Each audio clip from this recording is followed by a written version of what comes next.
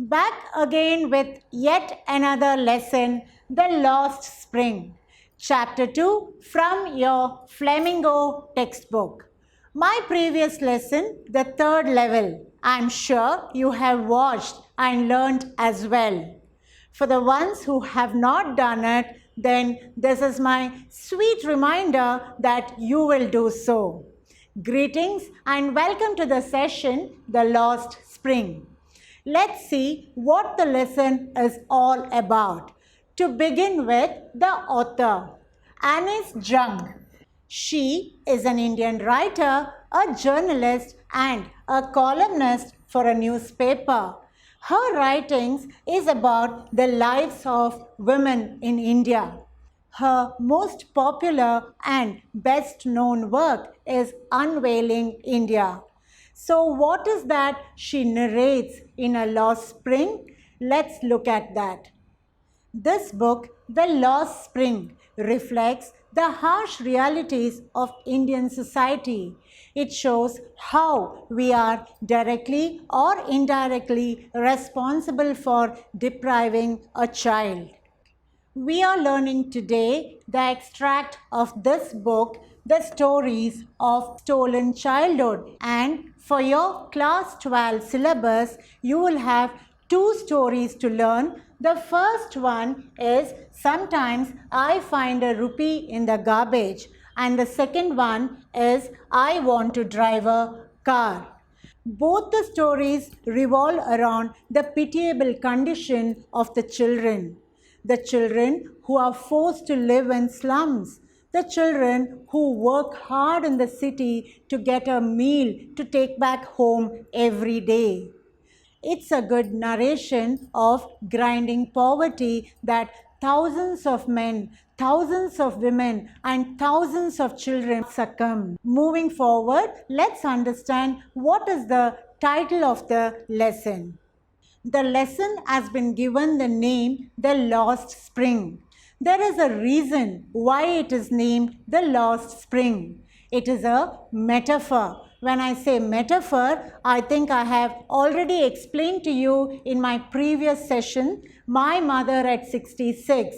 If you have not watched the video, kindly sit back today to watch to understand what are the literary devices that is used in literature, prose and poetry. So when I say metaphor, it is a literary device that compares one thing to another directly. For example, if I say love is rose, here, love is compared directly to rose. So, this is metaphor. And the title, The Lost Spring, is compared to childhood. So, that's the reason we say the title is a metaphor.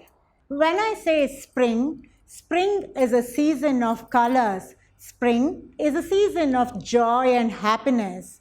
It is a season where everything blooms and everything is seen in freshness and it is promising.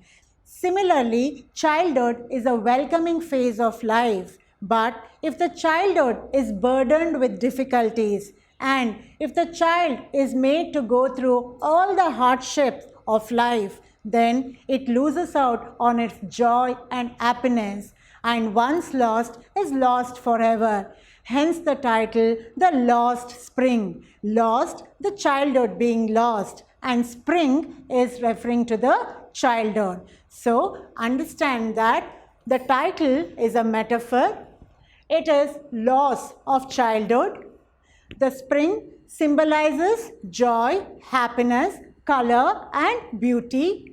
Poverty forces the children to miss out on their childhood and they need to work in inhuman conditions.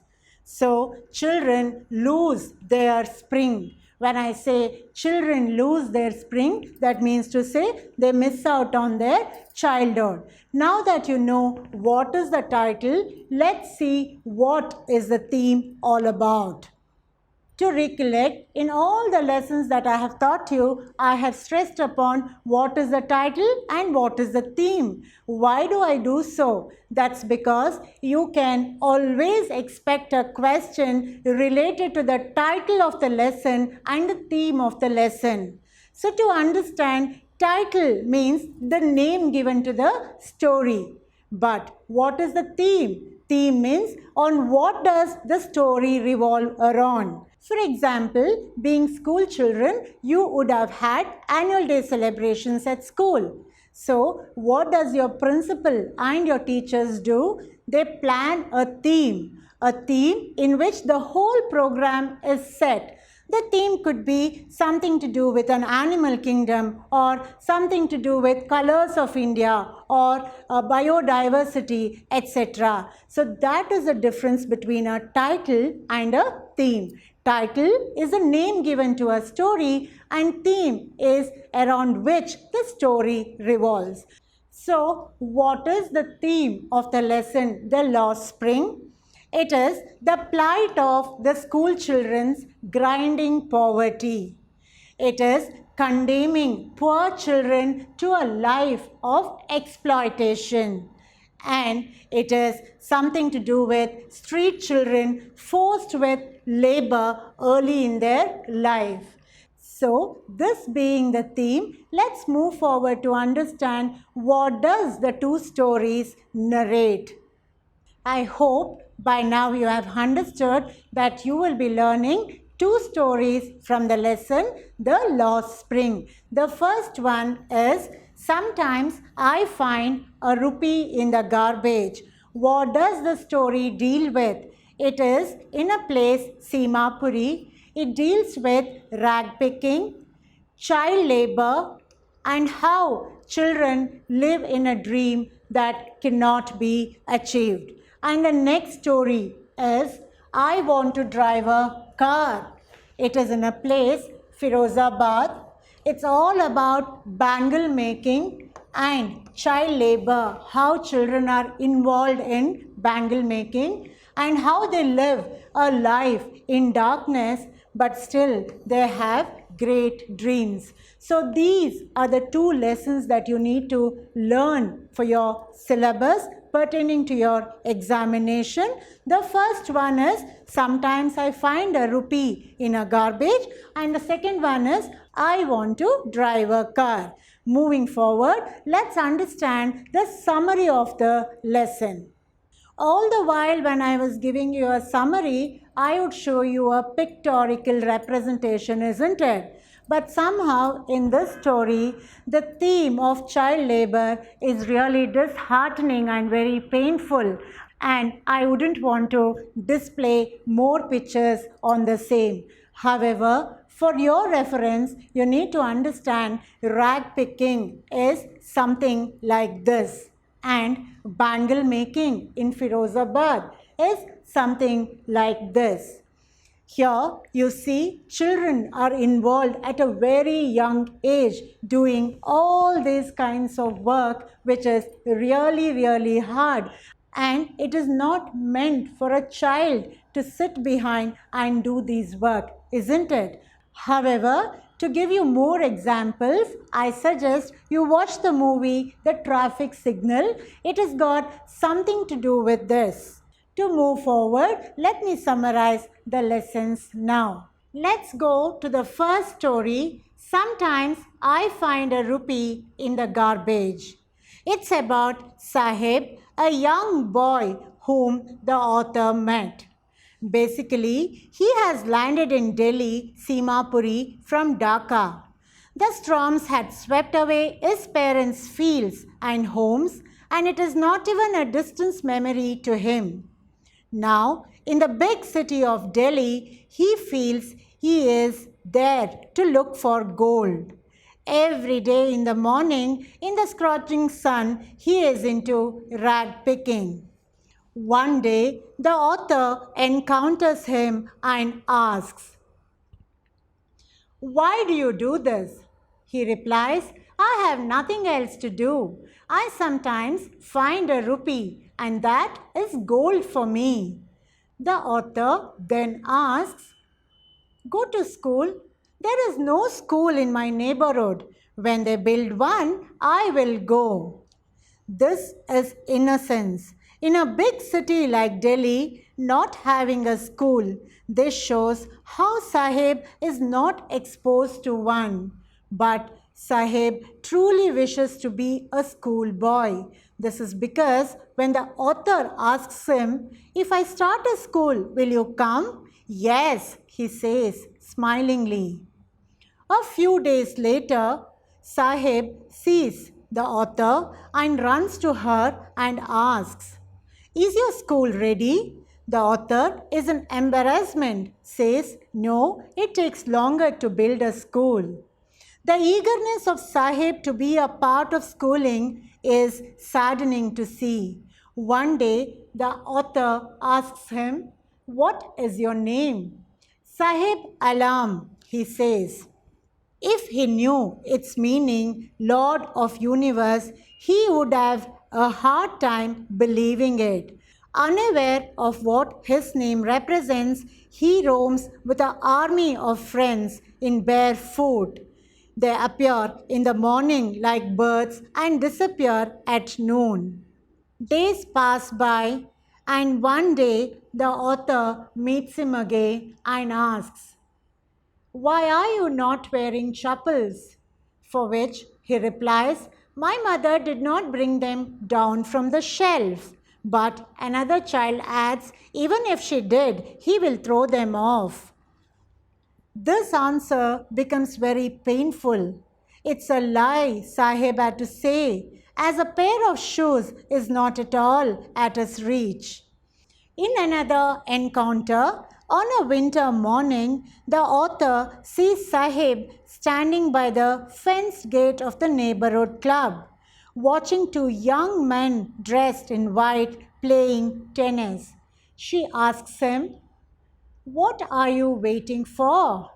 He answers, "I like the game. I go inside when no one is around," he admits.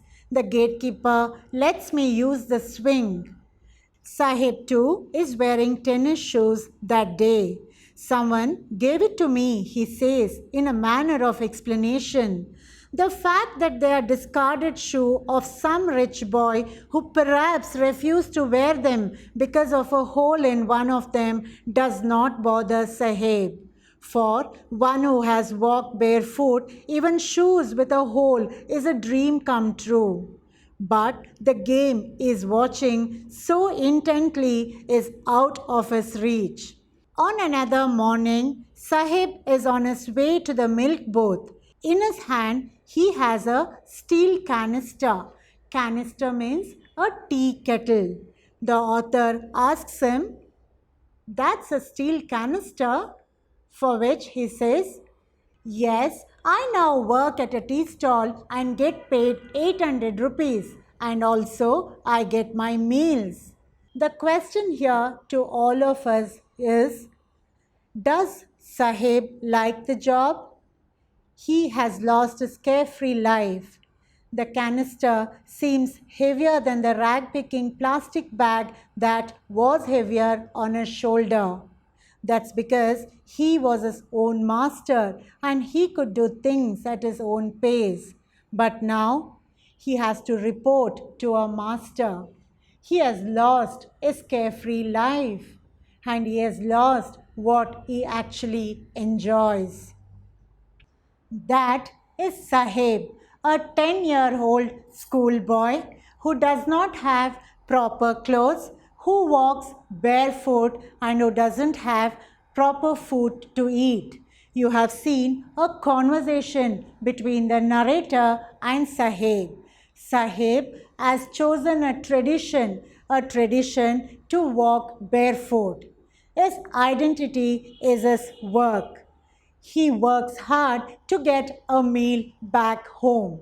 So now that you know the summary of what is the story of sometime I find a rupee in the garbage, that rupee, what he finds, it could be a rupee, it could be a torn shoes, it could be torn clothes or anything is gold for him. Now that you know the story, there is a lot more that you need to open your textbook and read. Yes, I always tell y'all to open your textbook, read the lesson thoroughly, read in between the lines, understand the key points and make key notes. It will be simpler for you to answer your questions. What is that you find in detail in the text? One of them is about Simapuri. Now, what is Simapuri? It is a place on the periphery of Delhi. Who lives there? It is the people, the slum people live there. How did they come there at all? They came in the year 1971 when Bangladesh was hit by storms. The people lost their homes and fields. That was when they came and settled down in this place and made a living and are making a living of hardship. It was then in wilderness, but now you hardly find any empty place in Simapuri. So the structures of the house are all made in mud there. It has got roofs of tin and tarpaulin, and the sewage and the drainage system is really bad. You will find 10,000 and odd rag pickers who are living here. They have no identity. They hardly have any identity, but they want to have a peaceful night. They work the whole day and go back home at the end of the day. They're satisfied that the family is fed for the day. So this is about Simapuri. You need to read it thoroughly in the textbook. You can expect a question related to this. There's another small memory of the narrator which she has put in the lesson. That's about a man from Udupi. Earlier, when she had visited this place, Udupi, there was a young boy who used to go school past an old temple. His father was a priest, and the boy would pray every day for a pair of shoes.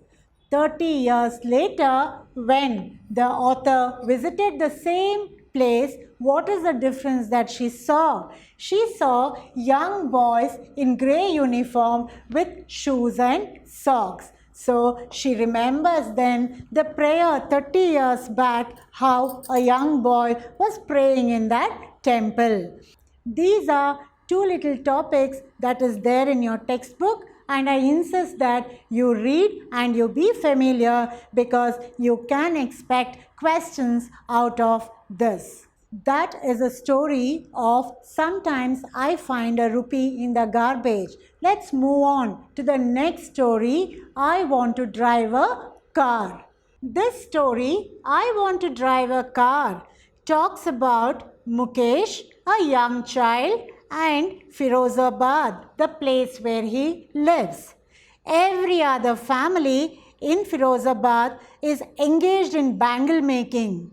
Families have spent generations working around furnaces, welding glasses, and making bangle for all the women in the land and in the country. There are 20,000 children engaged in this. Children spend their whole day inside dinghy cells without air and light in glass furnaces with high temperature.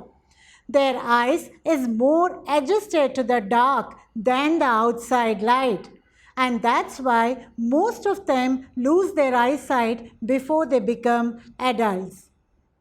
The writer meets this child, Mukesh, who is one of them. He says, I will be a motor mechanic. She asks, do you know anything about cars? I will learn to drive a car. The author is surprised that his dream looms like a mirage amidst the dust of the streets that fill his town, Firozabad. She says, but the garage is a long way from home, for which very coolly he says, I will walk. Do you also dream of flying a plane? for which he says no. This is about another child, Mukesh, a young child who dreams to drive a car, who dreams to be a mechanic. He lives in Farizabad, and from generations his family has done nothing but only making bangles. Now, the narrator is surprised and amazed to know that Mukesh dreams so differently. He dreams to have a car. So in one of the encounter, the narrator asks Mukesh if he can take her to his house. So let's see what happens when the narrator visits Mukesh's house. I have only few underlying points for you. It's important that you read the text and understand the lesson in details.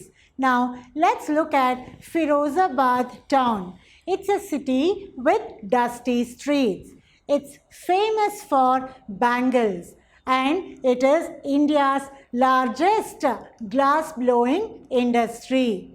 All the welding of the glass happens here.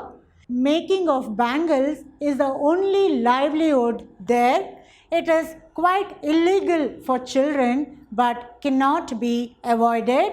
You find more than 20,000 children involved in this factory of making bangles, and from generations to generations everybody are doing the same thing. Way to Mukesh's house. The narrator is going to visit Mukesh's house along with him.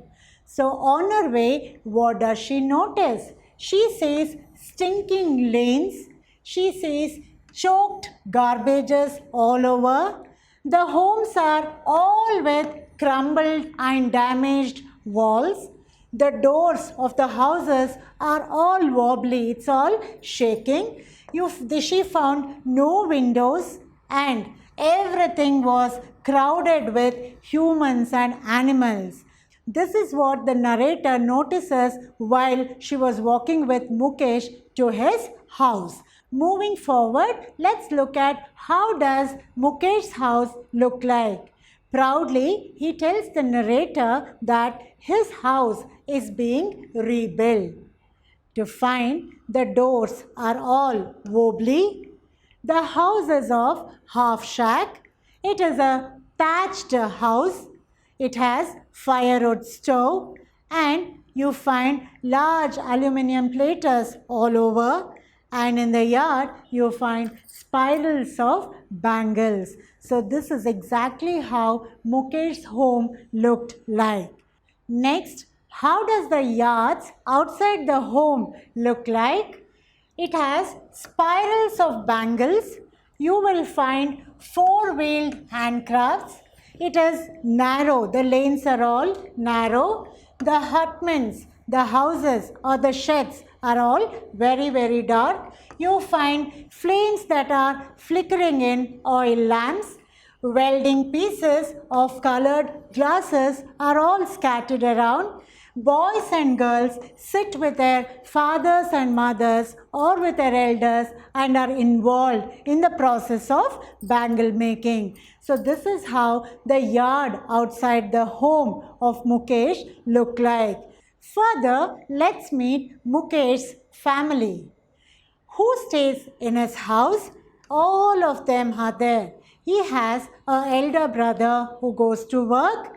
His wife stays at home and looks after the family, and he has a grandmother and a grandfather. So let's see what conversation did the narrator have with the family members of Mukesh, starting with the grandmother. When the narrator asks the grandmother why Mukesh is not being sent to school, the grandmother replies, it is his karma, it is his destiny. What God has blessed us with, we cannot cross the boundaries of that.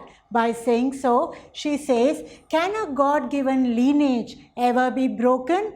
So that was a reply from the grandmother. Moving forward, let's see what does the grandfather has to say. Now, the grandfather, pointing out at the grandmother, tells she has not enjoyed even a full meal in a day. And what did you do? Then he has to say, I have done nothing. I know only to make bangles. And what is your achievement? My achievement is only that I have made a roof for the family to stay. So that being said by the grandfather, there was a little girl by name Savita sitting next to these elderly people. So who is this Savita? She is a young girl who is draped in a pink dress. She sits alongside the elderly woman and then she is soldering pieces of glass. Her hands move in a mechanical way like the tongs of a machine. Means she is so used to making the bangles. The sanctity of the story here is the young girl who is making bangles. Going further, very soon she will get married and she will be a bride who has henna in her hands and she will be dressed with a lot of bangles. But look at her plight here. She doesn't know what is happening around her. She is mechanically doing bangles. She is so used to moving her hands and doing the bangles. So this is about the young girl Savita. The narrator also sees the wife of the elder brother of Mukesh, who is a typical Bahu in nature. Probably when you read the text, you will get to know more. Now that the narrator has met Mukesh's family, her next question to them is, why not have a cooperative? Cooperative means it is a society which becomes legal, for which the reply was, if they had ever made a move like that, the police are going to beat them and they will be dragged into the jail. They are not efficient enough to have a leader or somebody to represent them. So they can't have a leader in them and hence they are caught in a web of poverty. They are scared. They are scared to do anything. They dare not do anything. So what is the conclusion of the story? The narrator, after visiting Mukesh's home and meeting his family member, concludes that Mukesh also had a childhood which was stolen. He does not want to follow what his father has done. He dreams very differently. That's important. His dreams are very differently. He dreams to achieve what is trivial to us. He dreams that he wants to buy a car. That means to say that he sees little light in the darkness. So this is a very important question. How is Mukesh different from his family members? So that is the conclusion of the story. I need to buy a car. Dear children, don't stop here. Once again, you might not like it when I tell you, please read your text, read your lessons thoroughly. Let me take you to what are the kind of questions that you can expect. What is that you will be tested with regard to this lesson? So you expect your 2 marks short answer questions. Your questions, few of them are Mukesh and his dreams. What were the dreams of Mukesh? How was he different than his family members? Sahib, why was he unhappy with his job? Where does Sahib's parents belong to? What is the irony behind Sahib's name? So these are few of the questions, but you will find many and many such questions which will come in between your lessons. Moving on to the long answer questions which are for 6 marks. You will have survival in Simapuri means rag picking. Justify the question. And city of Firozabad, what is it famous for? Elaborate life in Simapuri, or how does Simapuri look like? Then talk about Mukesh's family And the last one, how did Sahib become a rag picker? These are few of the questions that I have brought forward. You can even expect value-based questions for long answers. Also, I will solve question and answers for you and put it in the description box. Make some time to go through and learn all of those. To recollect, what is that you learned today? You learned the title of the story, The Lost Spring. What does that mean? Who is the author of the story? What is the central theme? What are the two stories that you have learned? And the characters in the two stories, and also the expected questions. That's it for today. To conclude, close your eyes for a while. Imagine and realize what a blessed child you have been. A child just like anybody else, but in a different swing. Value the same, be at your best. Let's join hands together and eradicate child labor. Let's say no to child labor. See you soon in my next session, letter writing. Until then, all smiles to you. Bye-bye.